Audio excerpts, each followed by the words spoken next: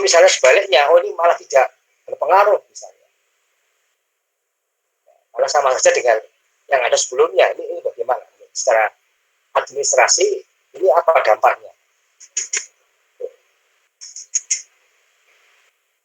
Nah, termasuk di masa pandemi ini misalnya saja, ini adakah pengaruhnya terhadap sistem dan proses administrasi di lingkungan peradilan agama, baik yang terkait dengan administrasi umum ataupun administrasi perkara. Ini perlu dilihat, termasuk yang sekarang sedang digencarkan oleh Mahkamah Agung, bahkan itu sudah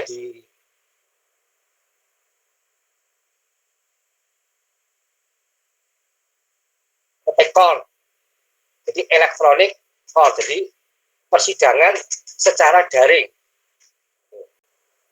Ini malah di beberapa tempat, terutama yang masyarakat atau wilayah geografi masyarakat yang menengah ke atas itu ya, itu malah sudah diwajibkan di masa pandemi ini. Jadi dalam rangka untuk meminimalisir terjadinya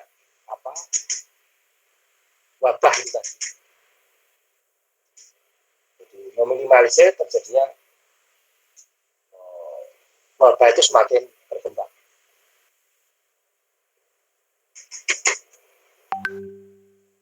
Dan memang di beberapa tempat ya saya mendapatkan informasi, ada beberapa hakim, kemudian panitera ya, itu yang terkena COVID di beberapa tempat. Bahkan teman saya yang hakim di mana ya, PA Tegal kalau salah, itu satu keluarga kena semua. Jadi bapaknya, istrinya ya, suami istri, mertuanya ya, kemudian anaknya itu kena semua. Nah ini mungkin perlu dilihat apa dampaknya terhadap administrasi. Itu menarik itu. Dan saya melihat masih sangat minim penelitian-penelitian yang membahas seputar itu, ya, pengaruh atau dampak COVID terhadap administrasi peradilan. Termasuk misalnya terhadap angka perceraian misalnya saja. Nah, untuk bisa membahas itu, sambil bisa melihat misalnya skripsi-skripsi kakak kelas itu ada itu berapa, ya. Baik yang sudah jadi ataupun masih dalam proses. Oke, mungkin ada pertanyaan, silahkan kalau ada.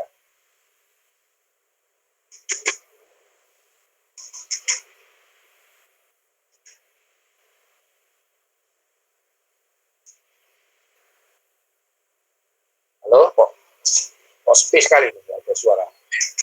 Paham, Pak? Ya, paham ya. Gitu. Nah, makanya silahkan nanti ada mungkin download ya, pengaruh COVID terhadap mungkin persidangan di lembaga peradilan agama misalnya, silahkan dicek.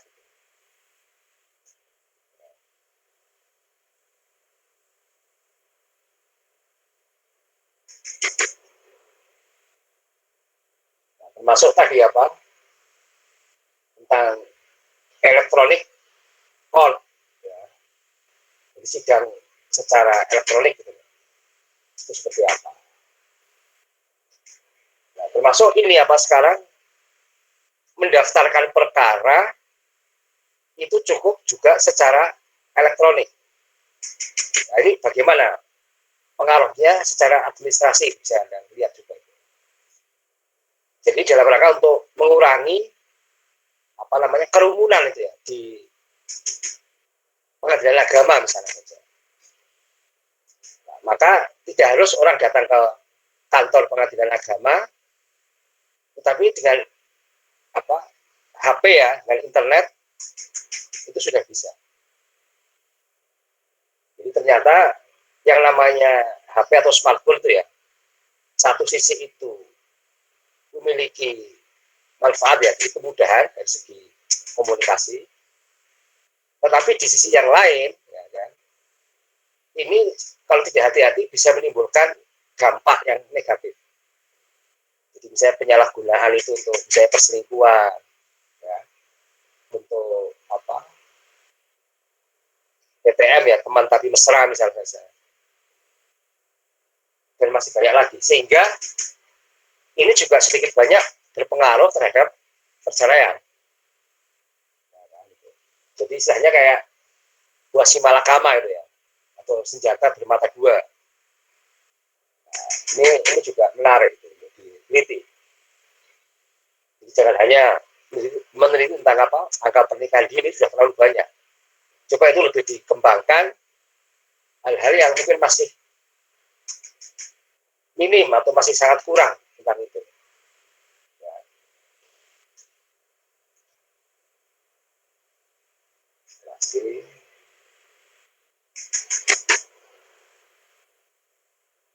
Nah, kemudian untuk yang ini kelompok Nangro Aceh Darussalam itu apa?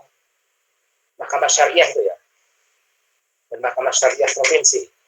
Nah, itu nanti silahkan akan lebih baik kalau Anda tidak hanya menyampaikan pemaparan ya, tentang bagaimana proses administrasi di MS dan MSP ya, tetapi yang tidak kalah penting apa perbedaan yang antara proses administrasi umum dan perkara yang ada di Mahkamah Syariah dan Mahkamah Syariah Provinsi dengan yang ada di pengadilan agama dengan pengadilan tinggi agama. Itu perlu itu. Sehingga di situ ada nilai tambah. Ya, ada nilai tambah. Oh kalau MS seperti ini, kalau di Mahkamah Syariah seperti ini, kalau di PS seperti apa? Oh kalau di Mahkamah Syariah Provinsi seperti ini, kalau di PTA misalnya dalam aspek administrasi umum seperti apa? Atau dalam aspek apa administrasi perkara itu seperti apa? Jadi ada varian-varian. Nah akan lebih baik kalau itu nanti Anda paparkan selain dalam bentuk narasi gitu ya. Itu akan lebih menarik kalau juga disertai dengan apa, model tabel ya, misalnya tabulasi gitu ya. Nah, sehingga dengan demikian diharapkan pembaca itu akan lebih mudah untuk memahami. Jadi kalau hanya narasi kan kesannya itu monoton ya, dan orang cepat bosan dan mata itu cepat lelah. Tetapi kalau ada varian atau variasi, ada tabel, nah, maka itu diharapkan tidak monoton dan di mata juga tidak cepat lelah.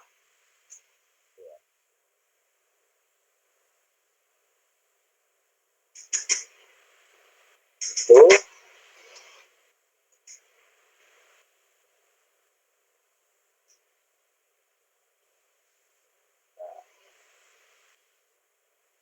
Nah, termasuk kalau di apa tadi yang terkait dengan COVID, misalnya kalau yang zona merah seperti apa, yang zona orange seperti apa, misalnya yang zona kuning seperti apa, yang zona apa, hijau seperti apa, misalnya. Adakah pengaruhnya terhadap proses administrasi, yaitu perkara ataupun administrasi umum, misalnya seperti itu.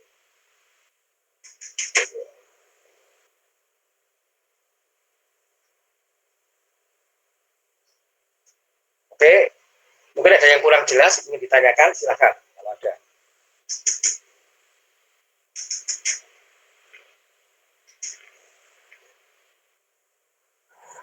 Jelas Pak, alhamdulillah. Ya.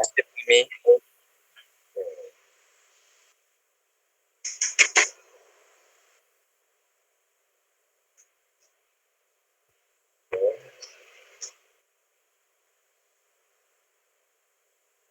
Sekarang saya ingin tanya,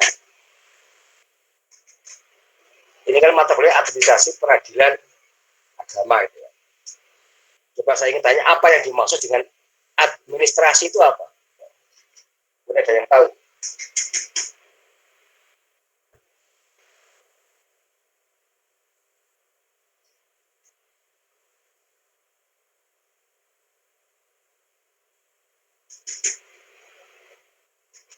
Saya Pak coba menjawab, Pak. Silakan, jangan takut salah, silakan Mas. Ya. Alhamdulillah. Iya, Pak.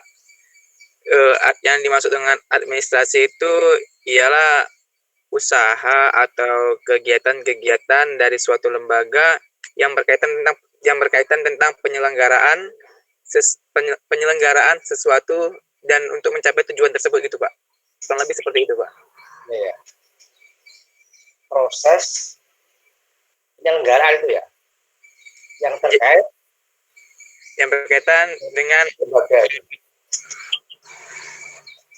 Suatu badan atau lembaga begitu, Pak. Ya. Kalau di apa tadi proses penyelenggaraan? Iya, penyelenggaraan. Ya. Pertanyaannya kemudian, apa perbedaannya dengan manajemen? Kalau tadi poinnya ke arah penyelenggaraan ya, itu bedanya dengan manajemen apa? Atau manajerial misalnya?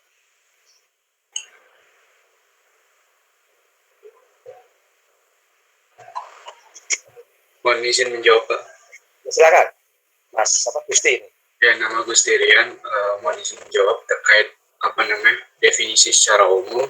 Ya. Apa itu administrasi? Ya, sedikit banyaknya saya sepakat dengan Mas Alwi. Namun secara konkretnya administrasi itu bersifat ketata-usahaan atau bersifat teknis gitu. Ya. Nah, sedangkan manajemen tadi ketika dipertanyakan apa bedanya, kalau manajemen itu salah satu bagian daripada administrasi itu sendiri. Nah, jadi kan kalau dalam pedoman umum administrasi itu ada yang namanya POAJ, planning, organizing, action, sama evaluation. Nah, organizing di sini ya maksudnya itu manajemen itu tadi. Nah, jadi manajemen adalah bagian dari administrasi. Adapun ruang lingkup dari administrasi ya seperti yang kita ketahui bersama seperti surat menyurat, pengarsipan, kemudian pembukuan, input-input, ketik-mengetik, dan juga termasuk pengorganisasian dalam lingkup suatu forum. Begitu, Pak. Jadi tadi sampai mengatakan bahwa manajemen merupakan bagian atau sub dari administrasi, gitu ya. Jadi manajemen itu bagian dari administrasi. Pertanyaannya, apa tidak sebaliknya itu?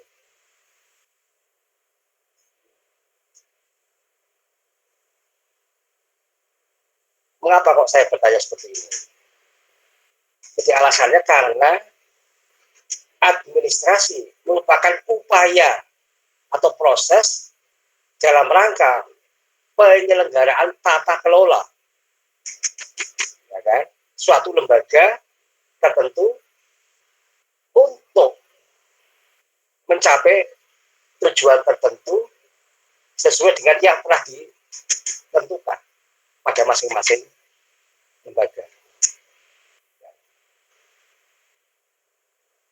Jadi manajemen itu kan luas. Ada manajemen administrasi, ya kan? Ada manajemen keuangan, ada manajemen dokumentasi, itu loh Mas. Maka kemudian saya bertanya, apa tidak terbalik? Jadi administrasi ini justru dalam rangka membantu tata kelola proses, termasuk juga catat mencatat, rekam merekam, ya, dari satu lembaga agar manajerial tadi atau pengelolaan tadi bisa berjalan dengan baik dan terukur. Ya, penting itu terukur. Bagaimana, Mas Gusti? Ya, benar. kurang lebihnya saya sebenarnya sepakat juga sama Bapak. Apa namanya? Beberapa literatur mengatakan bahwasanya manajemen itu lingkupnya lebih luas karena sifatnya konseptual gitu. Diingat itu di Fakultas Ekonomi ya, dimanapun itu ya, dimanapun di Indonesia itu biasanya ada 3 prodi. Yang pertama prodi akuntansi, ya kan?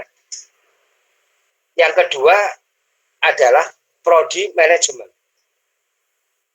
Jadi ilmu yang terkait dengan manajemen. Nanti di dalamnya ada administrasi juga di situ. Nah, yang ketiga adalah biasanya ini yang ada ekonomi pembangunan. Bisa ulangi, satu akuntansi, ini terkait dengan masalah pembukuan ya, pembukuan. Saya masih ingat dulu waktu aliyah itu ada mata pelajaran tata buku hitung dagang. Ini yang dari IPS masih ada nggak itu mata pelajaran tata buku hitung dagang atau akuntansi?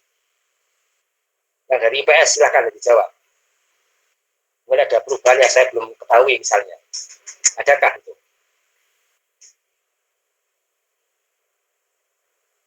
Atau lupa dengan pelajaran di madrasah aliyah dulu? Ya, saya sampai sekarang masih ingat itu mata pelajaran itu. Ya. Tata buku hitung dagang. Nah, yang ketiga ini adalah ekonomi pembangunan. Jadi bagaimana pembangunan ekonomi ini diselenggarakan oleh satu negara tertentu. Jadi pengelolaan ekonomi di dalam suatu negara.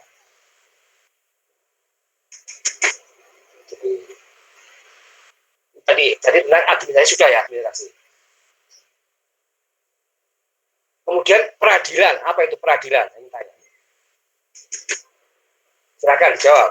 Mungkin yang lain jangan hanya 2 orang tadi, yang lain misalnya. Biar merata. Saya ingin dengar yang putri dulu seperti apa?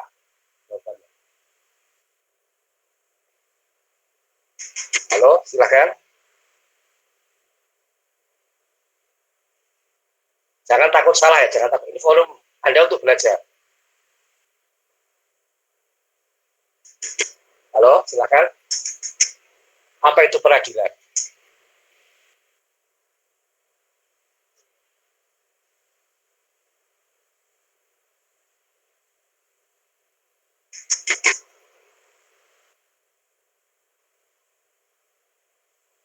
Atau yang lain silakan, yang mampu menjawab silakan. Yang putri tidak mampu. Mencoba Pak. Silakan Mas, monggo. Mas apa? Nanda gini ya? Iya Pak. Ya, silakan Mas. Kalau tidak salah ya Pak, Ya, monggo. peradilan itu kayak Ini forum belajar ya, apa? ya Pak. Kalau tidak salah peradilan itu adalah suatu kewenangan Pak, suatu kewenangan lembaga Ya. untuk menyelesaikan perkara. Ya itu Pak. Kalau tidak salah, kewenangan suatu lembaga atau kewenangan suatu lembaga untuk menyelesaikan suatu perkara di pengadilan. Lebih pada kompetensi gitu ya. Iya Pak. Kompetensi dari satu lembaga. Ya. Oke. Ini masih ada yang kurang. Silakan yang lain, silakan. Jangan takut salah, silakan, nggak apa-apa. Jadi juga dalam rangka mewujudkan kampus merdeka ini soalnya. Kalau Anda nggak berani, berarti Anda belum merdeka itu. Anda belum mampu memerdekakan diri Anda sendiri. Silakan yang lain.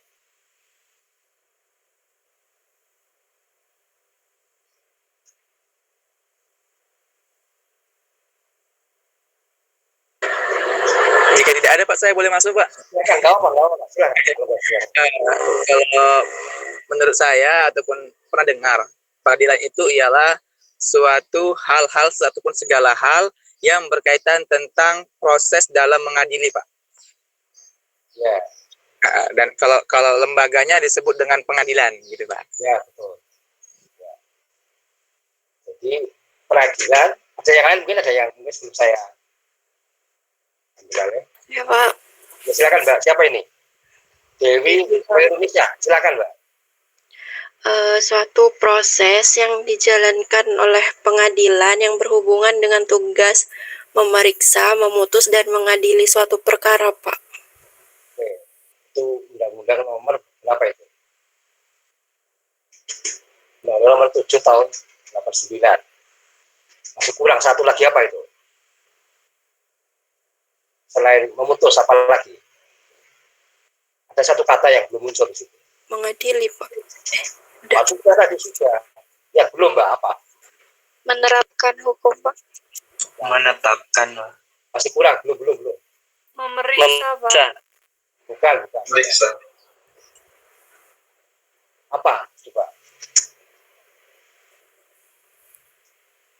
Nggak tahu ini. Coba nanti dibuka Undang-Undang nomor 3 tahun 2006 ya. Kalau salah pasal 1 ya. Jadi satu kata yang tidak kalah penting yaitu apa? Menyelesaikan. Karena ini terkait dengan aspek eksekusi. Jadi walaupun dia bisa diperiksa, diadili, diputuskan, tapi kalau nggak bisa diselesaikan, itu ibaratnya macan ompong. Ya kan? Jadi artinya dia hanya kekuatan di atas kertas, tapi dalam pelaksanaan eksekusi nggak jalan itu. Nah, ini sama dengan pada masa orde baru seperti itu. Ya. Karena terkait dengan apa? Politik hukum Islam. Di mana pada waktu itu umat Islam walaupun mayoritas, tetapi tidak memiliki kekuatan secara politik ya. Jadi bargaining power, bargaining position itu lemah ya pada waktu itu. Nah, termasuk misalnya tentang apa? Sengketa kewarisan.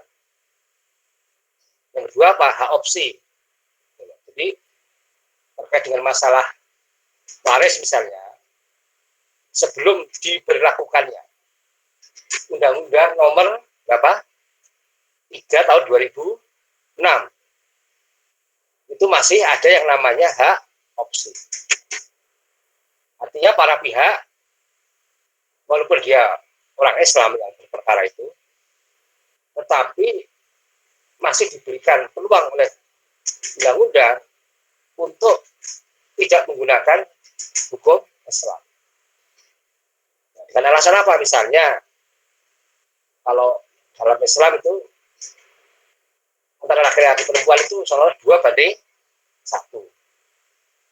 Tapi kalau di dalam hukum umum ya, itu 1:1. Sehingga pada waktu itu orang berupaya menghindari hal tersebut. Ya, jadi, tetapi setelah diberlakukannya Undang-Undang nomor 3 tahun 2006, kemudian nanti ada Undang-Undang nomor berapa? 50 ya tahun 2009, itu yang terakhir itu ya. Itu kemudian yang namanya hak opsi, terutama dalam masalah pewarisan, itu sudah tidak ada lagi, sudah dihapuskan. Ini kemarin di mata kuliah sejarah peradilan hukum acara kan sudah ada itu. Sudah jelaskan juga masalah. Ya. Jadi peradilan ya, dari kata adil dapat awalan per, akhiran ang. Ya. Jadi satu upaya yang dilakukan oleh suatu lembaga berdasarkan perintah undang-undang untuk menegakkan keadilan terhadap sengketa atau konflik di antara para pihak yang berperkara. Dengan menggunakan peraturan perundangan yang berlaku. Baik yang terkait dengan hukum material ataupun hukum formil. Nah itu tadi yang saya sebutkan tentang apa yang hukum tadi loh di awal tadi. Itu jangan lupa nanti setiap Anda itu memaparkan tentang hal-hal yang berkaitan baik administrasi umum, administrasi perkara, itu jangan lupa payung hukumnya. Jadi kalau dalam istilahnya orang IHA itu legal standing-nya itu menggunakan aturan yang mana, itu harus jelas. Dan apakah itu masih diberlakukan lagi?